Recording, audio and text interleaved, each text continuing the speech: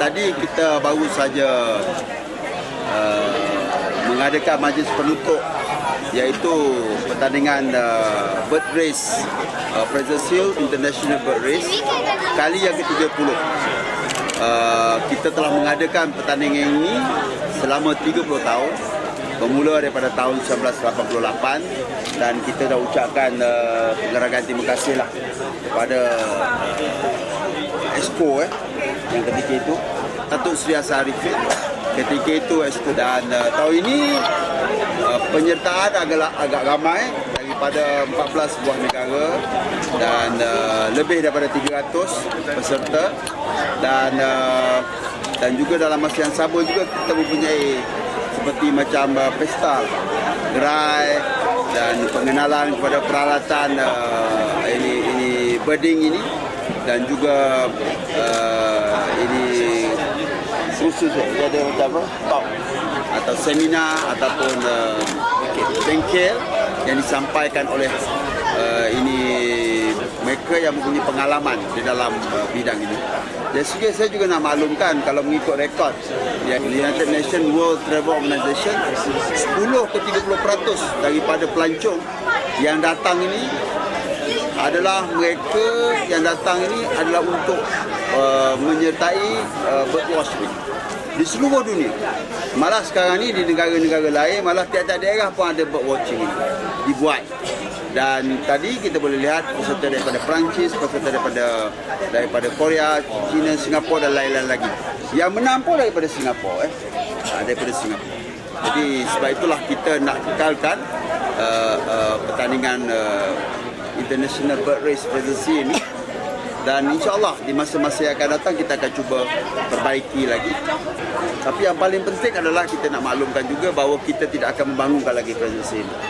Kita nak kekalkan Fraser ini seperti ini, dan kalau ada pun ianya mungkin replacement lah. Sebagai contoh, kita ada bangunan di sini, kita nak baiki bangunan tersebut, kita untukkan yang lama dan buat yang baru di tempat yang sama. Tapi tidak ada lagi mass development lah untuk Fraser ini.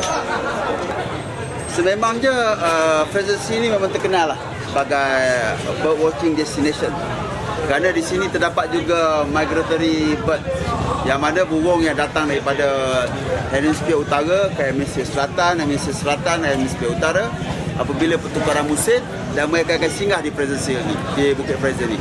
Kerana apa? Antaranya adalah kerana di sini banyak terdapat makanan-makanan mereka. Maknanya di sini ada mungkin serangga ataupun buah-buahan ataupun tumbuh-tumbuhan yang menjadi makanan kepada burung-burung. Setelah kita setelah kita mendapat cadangan tersebut dan kita telah mengadakan apa kita sebut sebagai feasibility studies, ianya ianya tidak bersesuaian. Maksudnya ianya tidak komersial untuk adakan ini cable car di sini. Pertama sekali kita kena faham bahawa Fraser ini dia tidak boleh menampung pelancong yang terlalu ramai dalam satu masa. Dan yang keduanya dari segi muka bumi dan juga dari segi accessibility ke Fraser tersebutlah.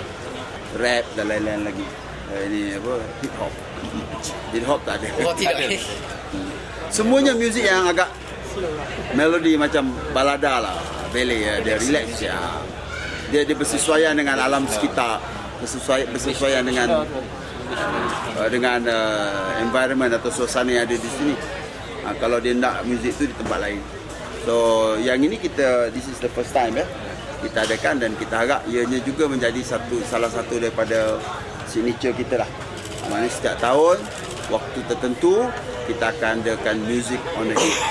Ini satu benda yang baru lah yang akan kita adakan untuk memastikan bahawa memperbagaikan lagi aktiviti di Fraser Hill. So yang ini this is the first time kita adakan, dan kita harap ianya juga menjadi salah satu daripada signature kita lah. Maksudnya setiap tahun waktu tertentu kita akan adakan music on the hill. Ini satu benda yang baru lah. 22 hingga 23 bulan April. InsyaAllah lah kita jemput semua datang.